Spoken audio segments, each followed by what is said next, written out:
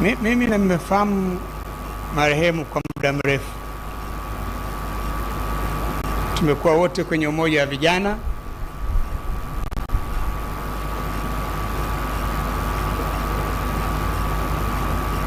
Mimi nilikuwa kijana active sana kwenye Youth League, na William tulikuwa naye, baadaye tukawa naye kwenye uongozi wa umoja wa vijana, baadaye tukakutana kwenye bunge, tukakutana kwenye serikali.